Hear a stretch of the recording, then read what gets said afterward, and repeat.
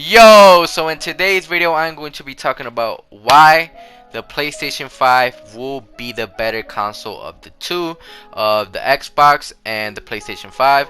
So first, we all know that the Series X is more powerful than the PlayStation 5. We all know this. It has better specs and stuff like that. And that's why Xbox has been pushing their console a lot, releasing a lot of information and stuff like that. PlayStation 5 specs have been revealed, so we know that Series X does have win in the specs department. But the one thing that a lot of people are forgetting about is how fast the PlayStation 5 is actually going to be.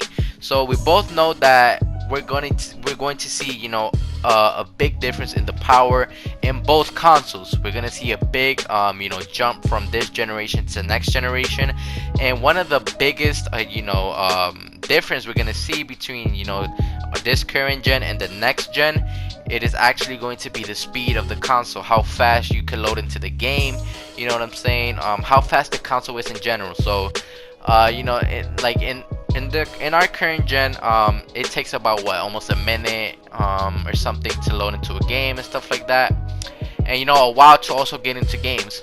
So for the next gen consoles, we're gonna see this vastly change. We're gonna be able to load into games in seconds. Like, we start up the game, we press A or X or whatever, and you're already in the game in 2 seconds. That's crazy, right? That's the one main thing we're gonna see difference between our current gen and the next gen. So, and the one thing is that the PlayStation 5 will be faster than the Series X. Although it may not be as powerful, it is going to be faster. It has the power that it needs for the next gen games. And later down the road, of course, it's going to be another PlayStation 5 console, like the PlayStation 5 Pro or the PlayStation 5 Slim later on, like 3-4 years down the PlayStation 5 life cycle. And also with the Series X, they're gonna release another Series X, you know what I'm saying, like they did with the Xbox One S, the small the Xbox One S and the Xbox One X and stuff like that. We're gonna see this for the next consoles also. So they're gonna improve later on. But the PlayStation 5 also will have their advantage in its exclusive games. So this has been going around also. PlayStation 5 does have better exclusive games in like the majority of people's opinions, and a lot of people just get the console just to play those certain games, like God of War. God of War is one of Sony's, PlayStation's biggest game exclusive that they have. Also, like Horizon Zero Dawn, The Last of Us, you know what I'm saying, is the biggest games, right? So I feel like that's why another factor that's gonna be that a lot of people are gonna buy the PlayStation 5, and why the PlayStation 5 will win the next gen war, whatever you want to call it, the next gen between the Series X and the PS5. And the next thing, it is actually going to be how accessible the actual console is. So I feel like the PlayStation, like Sony has always done a good job on making their consoles very accessible, from the PS3 to the PS4. Like, you load up your system, you turn it on, and the games are right there, right in front of you. You know what I'm saying? If you want to go to apps, you just go to the apps department, and you pick your apps like Netflix, Hulu, etc., and stuff like that. And I feel like Sony has always done a great job, making as easy as possible for the player to be able to go to this game or whatever. Like, the games are right there in front of you. You know what I mean? And I feel like they're gonna do an even better job with the PlayStation 5. There's a bunch of rumors and leaks out there saying that it's gonna be super easy, just like Netflix. You know what I'm saying? And I feel like this is another reason why a lot of people a lot of people just like easy things, simple things right in front of you to do it right away. Boom. Not gonna lie, if you see a PlayStation 4 home screen versus a Xbox One home screen, which one looks more easier? Like, in my opinion, the Xbox One home screen looks a little bit more, tickety-tack, harder to, manage and stuff like that.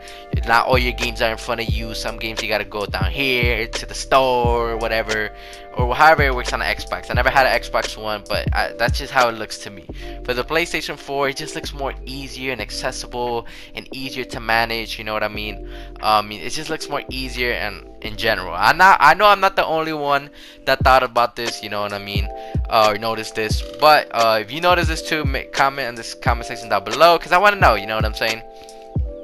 But anyways, right here, something dope is an actual PlayStation 5 concept that I think is actually very accurate and, you know, cool and dope and stuff like that. So right here we have The Last of Us 2, and let's say you want to go into details about the game, you can easily just do it with a single click, and you see how long you played for, the storage that game takes up, the add-ons, and you know how many of your friends own that game. And one of the things I actually think the PlayStation 5 will do is have an accessibility of the actual game without actually being in the game. Like, you could check your level without actually going inside the game. You could check, you know, certain challenges without actually going into the game. Like, there'll be like a section for every single game, and like is details or, you know, information about the game and stuff like that. Like right here in The Last of Us 2, where it shows all your different chapters or your save points that you have. So let's say you could just you want to retry a chapter, something like that, you could do it right in front of the screen, and the game will load up in 4 seconds, right? And you know, that's probably, you know, one of the best things, you know, Sony could do and stuff like that. And also one thing, the console is going to be cheaper. The console, the PlayStation 5 is definitely going to be cheaper because it has less, you know, powerful specs like the Series X. You know, there's people out there leaking that the Series X could go for like 600-700, and you know, that's a lot of differences. Let's say the PlayStation 5 goes for 500 and you got a Xbox Series X for 700 or 650 or 600. A lot of people are gonna pick the you know, the cheapest console. You know, that's a big thing to go into consideration. You know, $100, a lot of people could change their mind off just $100, you know what I'm saying? So you know, that's a lot of another thing, you know, Sony is doing well at.